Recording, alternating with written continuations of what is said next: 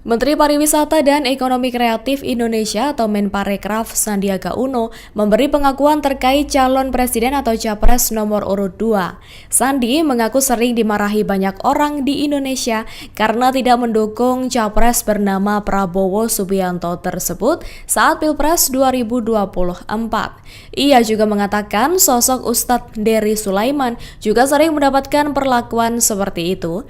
Hal itu disampaikan Sandi dalam jumpa masyarakat Indonesia di Wisma KBRI pada Senin 4 Maret 2024.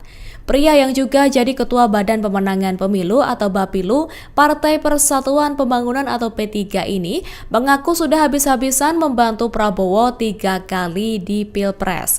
Namun di tahun ini ia menyebut bagus perolehan Prabowo bisa unggul meskipun sudah tidak ia dukung.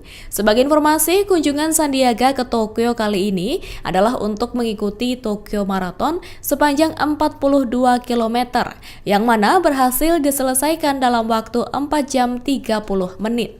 Sandi mengakui kehadiran Dubes Heri juga ikut memberikan semangatnya untuk menyelesaikan Tokyo Marathon. Download Tribun X sekarang, menghadirkan lokal menjadi Indonesia.